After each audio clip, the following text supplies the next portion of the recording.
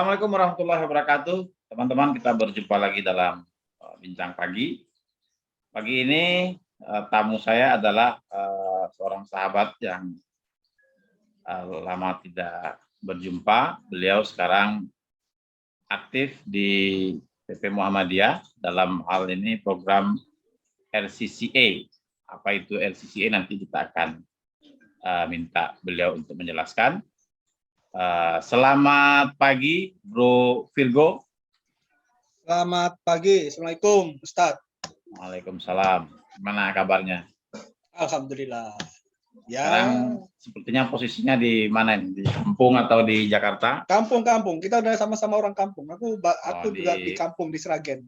Sragen ya. Jadi teman-teman, sahabat saya ini kampungnya Sragen. Dulu saya pernah tahun baruan di rumahnya di Sragen. Oh iya. Sekarang ente aktif di koordinator di RCCI. Ya. Itu apa itu?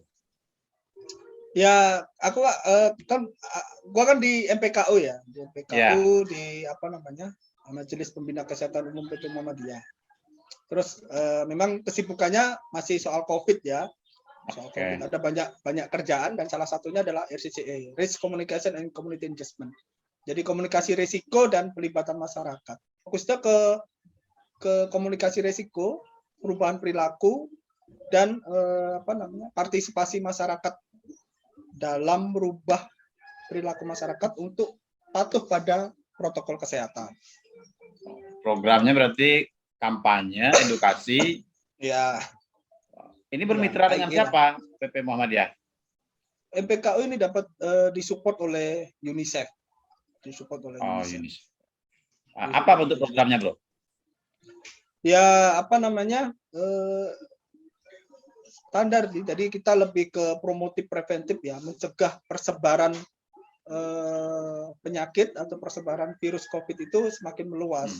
Salah satunya kan dengan membentengi diri ya, perilaku sehat. Nah, problemnya kan di situ. Banyak masyarakat yang memang masih abai atau naik turun, kadang-kadang patuh, nanti turun lagi, kemudian, nah itu yang harus kita jaga ritmenya, gitu. Kadang-kadang persebaran itu kan tergantung juga sejauh mana kita menjaga perilaku kesehatan kita. Nah itu yang kita jaga. COVID ini karena sudah 3 tahun ya, orang juga kayaknya sudah mulai abai gitu ya dengan protokol kesehatan. Di sini juga kayaknya di Sumbar ini juga mal-mal juga tidak seketat dulu dalam menerapkan protokol kesehatan. Itu yang pertama. Yang kedua, COVID ini kan juga dibarengi dengan berbagai macam hoax ya. Misalnya dulu gue pernah dengar tuh ada yang rokok bisa menyembuhkan. Terus juga apalagi hoaxnya. Termasuk ketidakpercayaan kepada pemerintah. Kalau orang-orang biasanya bilang menjelang Ramadan ini ada lagi kenaikan COVID karena disetting biar umat Islam terpinggirkan. Ini kan jadi kita bukan hanya melawan COVID-nya, tapi juga melawan hoax yang bertebaran, juga melawan polarisasi politik 2019 yang belum selesai antara cebong dan kampret ini. Nah, itu juga masih terbawa COVID. Jadi orang nggak percaya dengan pemerintah. Nah, sebetulnya apanya ini kepada masyarakat supaya pemerintah itu sebetulnya dengan berbagai keterbatasannya ya dia harus melakukan suatu yang mengambil satu kebijakan ya. Nah, gimana tanggapan Bro terkait itu? Iya, jadi sebenarnya kalau dalam konteks kesehatan masyarakat atau kemudian dalam konteks perlindungan kesehatan sebenarnya yang paling punya peran penting itu sebenarnya negara ya, pemerintah. Negara kemudian pemerintah sebagai operator menjalankan tanggung jawab untuk melindungi masyarakat. Nah, sebenarnya apa yang dilakukan oleh ini jangan diasosiasikan gua ini, tapi ini konteks idealnya. Jadi pemerintah punya tanggung jawab untuk melindungi, negara punya tanggung jawab melindungi warga negaranya dalam konteks kesehatan melalui operator pemerintah. Dan apa yang dilakukan pemerintah? Misalkan memberikan, warning, kemudian menyiapkan fasilitas dan kemudian vaksinasi, itu sebenarnya sudah betul, sudah tepat. Terlepas dari segala macam kekurangannya, itu nanti ada pihak lain yang tentu punya kewajiban untuk, atau punya tanggung jawab untuk, atau punya keterpanggilan untuk melakukan kritik dan masukan. Tapi warga negara juga tentu harus patuh untuk kemudian menjalankan apa yang kemudian sudah dipercaya pada protokol yang sudah ditetapkan oleh pemerintah dalam rangka melindungi dan penyebaran penyakit. Nah, problemnya memang kita tahu bersama ya, di Indonesia ini soal kepercayaan terhadap otoritas memang ada problem di situ. Nah, itu yang kemudian kita masuk di situ. Jadi dengan pendekatan masyarakat dengan masyarakat, pelibatan sesama masyarakat untuk menyadarkan itu. Nah, Muhammadiyah sebagai ormas tentu, apalagi MPKU sebagai majelis kesehatan tentu punya tanggung jawab sosial untuk melakukan promotif preventif, melakukan edukasi terhadap warganya. Nggak usah warga umum lah, warga kita sendiri saja masih ada problem. Makanya kemudian kita harus masuk di situ. Tentu juga ada tanggung jawab ke masyarakat umum juga. Nah, itu yang kita lakukan, melakukan edukasi bahwa sebenarnya kita harus menghambat persebaran virus ini dari diri kita, lindungi diri kita, protokol kita, perilaku kita, 5M+ itu, cuci tangan, jaga jarak, macam-macam. Ini sudah jalan berapa tahun ini? Ya, sejak Mei 2020 hingga sekarang.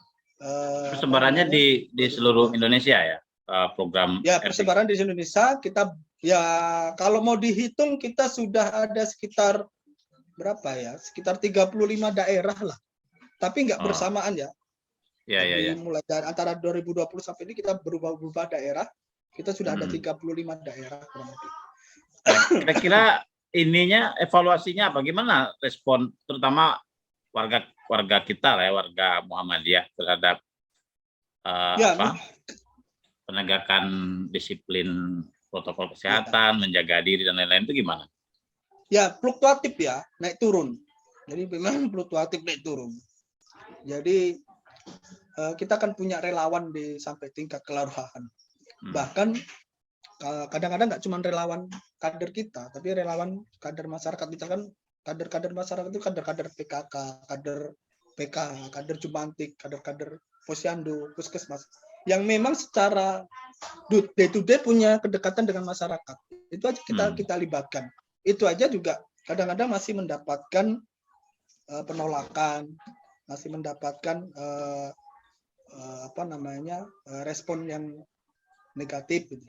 Tapi ya itu, tapi ketika kita melakukan secara door to door, kemudian rutin, kemudian ini ya memang bahasa dipakai. Tapi lagi-lagi fluktuatif ya. Fluktuatif. Misalkan kadang-kadang ketika pemerintah bilang, misalkan kan ada level-level itu, PPKM level 4, 3, 2, 1, ketika udah level 2, nah masyarakat merasa bahwa udah selesai, jadi kadang-kadang kedisiplinnya turun, menurun, kemudian jadi problem problem lagi. Yang jadi problem itu pandemi ini kan ya, ini kan otoritas ya, jadi ada otoritas yang punya kewenangan untuk menetapkan bahwa pandemi ini dimulai dan pandemi ini berakhir menjadi endemi. Misalkan WHO kemudian turun jadi negara-negara macam-macam, itu mereka yang punya otoritas itu. Nah, masyarakat kadang-kadang belum tidak paham bahwa ini belum dinyatakan selesai, bahwa persebaran itu masih ada walaupun persebarannya berkurang pada saat itu karena memang masyarakat juga cukup patuh, tapi kadang-kadang persebaran menjadi terus meningkat loh. Di sisi lain virus ini juga masih berkembang. Jadi fluktuatif berkembangnya varian dan berkembangnya persebaran itu yang kadang-kadang di saat-saat itu kemudian abai. Kalau menurut apa yang kemudian kami alami. Misalkan kalau saya sih sederhana, misalkan kok tiba-tiba ada hoax, misalkan ketika menjelang puasa kok naik kemudian menjelang bulan ya kadang-kadang misalkan ketika kita kemarin di level 2, ketika di level 2 kemudian pemerintah sudah di hari-hari libur panjang sebelumnya pemerintah sudah mengupayakan untuk memindahkan hari libur, menggeser hari libur dan sebagainya, tapi pergerakan masyarakat untuk kemudian berkunjung, kemudian ke tempat-tempat umum itu kan meningkat. Dan itulah kadang-kadang terjadi persebaran, kemudian kemudian muncul varian terbaru dan sebagainya.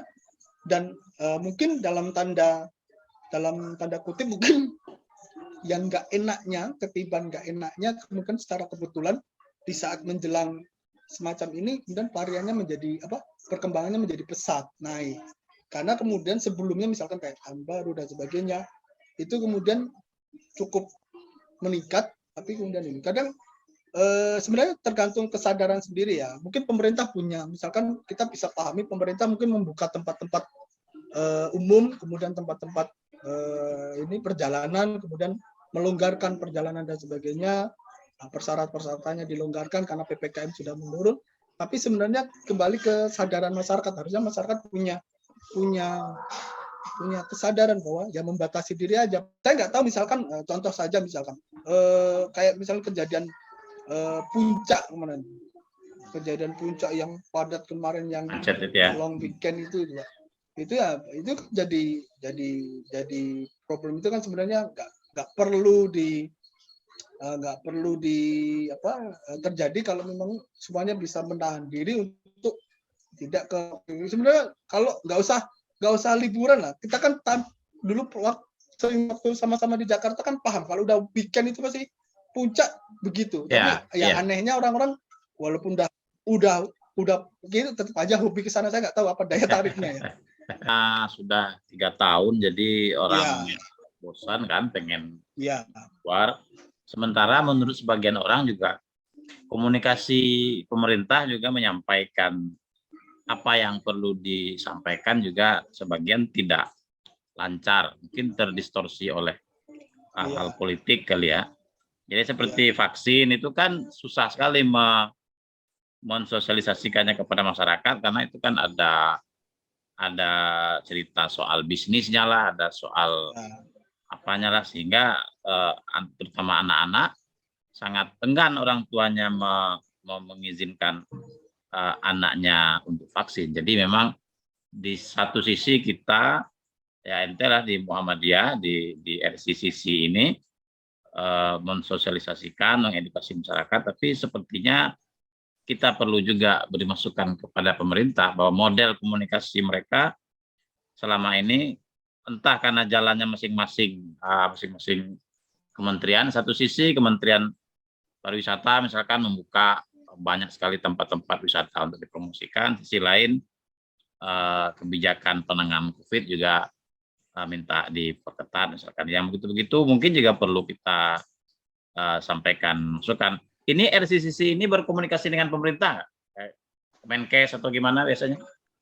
Ya kita sebenarnya kan RCCC forum ya, jadi ada beberapa selain kita ada beberapa mitra lain bersama UNICEF. Nah kemarin sempat di Desember itu kita ada meeting bersama antara UNICEF bersama mitra dengan stakeholder di pemerintah.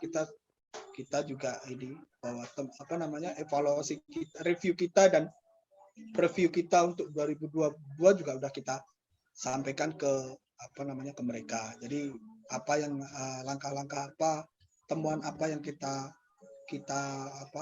temukan selama 2020 sampai 2021, kemudian apa aja indikator kita untuk 2022 kemarin udah kita sampaikan sebelum ada Omikron ya di Desember kemarin itu udah kita sampaikan. Ya kalau komunikasi terhadap stakeholder pemerintah ya sudah ya tentu kadang ya kita tahu sendiri kalau udah kayak gini kan pasti yang ada mewakili stakeholder pemerintah tentu bukan top leader kan. Ya. Tapi tentu bukan top leader tapi tentu itu mereka mewakili pasti sudah kita sampaikan. Sejauh apa kemudian proses di sana ya kita nggak tahu lah. Gitu. Jadi yang jelas kita juga sampaikan. Satu problem lagi misalkan ketika kita edukasi perubahan perilaku itu sebenarnya kita pengennya bahwa yang paling sederhana pakai masker itu kan dari kesadaran pengetahuan kemudian dari pengetahuan kesadaran kemudian oh ya mau pakai masker nih mau ada virus nggak ada virus juga bagus juga kita pakai masker. Cuman kadang-kadang ada langkah yang berbeda antara yang kita lakukan dengan bagian lain otoritas lain yang melakukan. Otoritas lain pakainya penegakan disiplin, enforcement,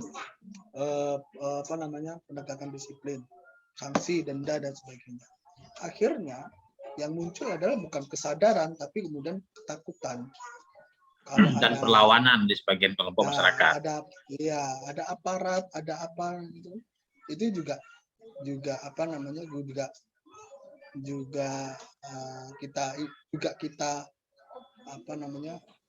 jadi problem. Kalau ada aparat, ada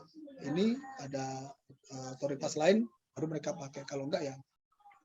Nah, ada temuan menarik juga misalkan Thomas misal soal vaksin.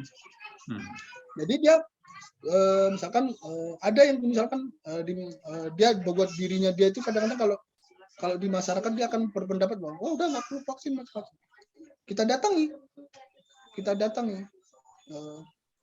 mau dia vaksin tapi di hadapan ini dia nggak mau ngomongnya beda lagi.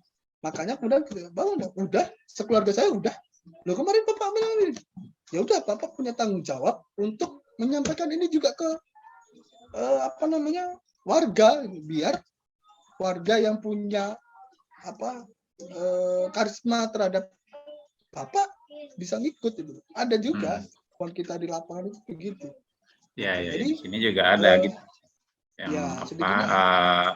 Ustadz misalkan ini kan pembicaraan COVID ini sekarang menjadi pembicaraan semua orang. Jadi Ustadz ceramah juga sudah ahli COVID padahal info yang disampaikannya keliru ya kan. Lebih takut kepada COVID daripada kepada Allah macam-macam. Nah ini kan para ustadz, para ulama balik juga mestinya itu siapa itu yang bikin programnya itu mestinya ini untuk mubalik ini dikasih juga satu program pemahaman ya. Mungkin Muhammadiyah bidang majelis tarjih perlu itu. Di sini banyak sekali ustadz-ustadz yang tiba-tiba menjadi ahli COVID, kemudian menyampaikan hal-hal yang tidak patut ya. Itu perlu juga direspon itu oleh NPKU PP Muhammadiyah. Ya kalau di dikit ya itu kan problemnya. Jadi problemnya itu temannya itu kadang ada mereka secara pribadi mau percaya macam-macam tapi kemudian ketika ngomong di luar itu saya nggak tahu ya apa dasarnya nggak tahu tapi yang jelas ada teman begitu. Maka kemudian beberapa aktivitas kami memang orang-orang yang punya kedekatan dengan warga kemudian sangat dipercaya sekali dengan warga itu kita dekati untuk kemudian memberikan itu, bahkan kita hadirkan di di warga untuk misalnya bahwa memberikan pemahaman kepada masyarakat itu juga kita lakukan. Makanya kemudian sampai ada temuan itu. Ya mungkin memang meskipun Sebenarnya Muhammadiyah juga hampir PPMU sebenarnya melalui mekanisme organisasinya sudah menyampaikan itu juga kepada sampai ke tingkat ranting. Tapi memang lagi-lagi memang distorsi informasi yang kadang-kadang kita lewat darat nih memberikan edukasi lewat darat. Cuman yang gempuran lewat udara itu jauh lebih masif lebih ngeri ya. Lebih ngeri. Kalau kita itu kan sederhana ya, kita itu sederhana. Misalkan kalau kita yang muda-muda ini kan sudah terbiasa ada link berita, kita bisa tengok ini link berita, link medianya kelas, apa bisa kita verifikasi. Abal-abal atau enggak atau apa ini enggak ini. Nah, itu kan kelihatan kan kalau kita cara nulisnya aja udah. Kalau udah nulisnya pakai huruf besar semua, ada caps lock, ada bold itu itu itu kan beda dengan yang memang terus nggak pernah mencantumkan ini referensinya dari mana. Orang tua kita yang megang WhatsApp aja itu juga kadang-kadang ketemu broadcast kayak gitu juga ini. Karena nggak dibaca, baca judulnya aja terus di-share ke yang lain. Atau broadcast yang entah panjang intinya apa itu juga jadi. Dan saya yakin beberapa teman-teman di mitra yang RCCE ini dari Muhammadiyah maupun yang lain-lainnya juga beberapa punya kesempatan untuk jadi tim di pemerintahan KPCPEN punya peran di KPCPEN dan memberikan beberapa masukan. Ada beberapa teman-teman Muhammadiyah, NU dan ormas-ormas yang lainnya duduk di KPCPEN untuk memberikan masukan. Artinya apa yang kita kelola kerjakan kemudian apa ini tentu masuk juga ke atas. Itu walaupun misalkan pemerintah kan mempertimbangkan banyak hal itu paling enggak ada 1-2 yang minimal dalam hal soal perubahan perilaku. Yang sederhana perubahan perilaku tentu nggak punya dimensi apa ya, karena memang kaitannya edukasi. Jadi edukasi, memakai masker, menjaga jarak, kemudian mencuci tangan, kemudian menghindari kerumunan dan mengurangi mobilitas. Itu kan kemudian sebenarnya yang cukup sederhana dan kemudian tentu itu nggak akan bisa dipantasi apapun. Dan pola soal memakai masker, mencuci tangan dan sebagainya itu memang sudah dari dulu kan standar perilaku hidup bersih kan juga mencuci tangan. Ya, itu kan sebetulnya tidak COVID pun standar hidup bersih ya kita cuci tangan. Kalau kita flu kita pakai masker, gitu kan? Enggak termasuk misalkan Ustadz kan pernah TB ya, artinya TB kan standarnya juga sama. Etika batuk, kemudian etika batuk, kemudian memakai masker, kemudian mencuci tangan dan sebagainya, itu kan hampir sama. Karena persebaran penyakit, persebaran virus itu kan polanya sama. Itu kalau nggak lewat mulut, lewat hidung, pokoknya lewat lubang-lubang. Nah, itu yang kemudian jadi harus dipahami. Meskipun misalkan yang harus dibilang nah kita sekarang mencoba untuk konsisten. Nah, misalkan begini, ketika endemi pun kan tidak berarti kemudian hilang kan, enggak. Penyakit endemik kan juga banyak juga. Penyakitnya tetap ada kalau endemik. TB itu kan juga juga penyakit endemik kan TB. TB itu dalam penyakit endemik. Jadinya pola pencegahannya, pola penyembuhannya sudah ditemukan. Jadi sudah beda dengan di awal-awal dulu. Di awal-awal kita masih melakukan riset, melakukan ini apa pola ininya. Tapi ketika jadi endemik, berarti kan intinya masyarakat sudah siap untuk, atau otoritas juga sudah siap untuk pola pencegahan, pola penyembuhan, dan recovery-nya kan udah, rehabilitasinya udah oke, siap. Maka kemudian oke lah endemik. Tapi pola pencegahan kan tidak tidak hilang. Artinya perilaku sehatnya juga tidak hilang. Itu yang harus dipahami. Nggak ada salahnya kemana-mana tetap cuci tangan, kemana-mana tetap pakai masker, kemana-mana juga jaga jarak. Nah, jangan-jangan besok bisa jadi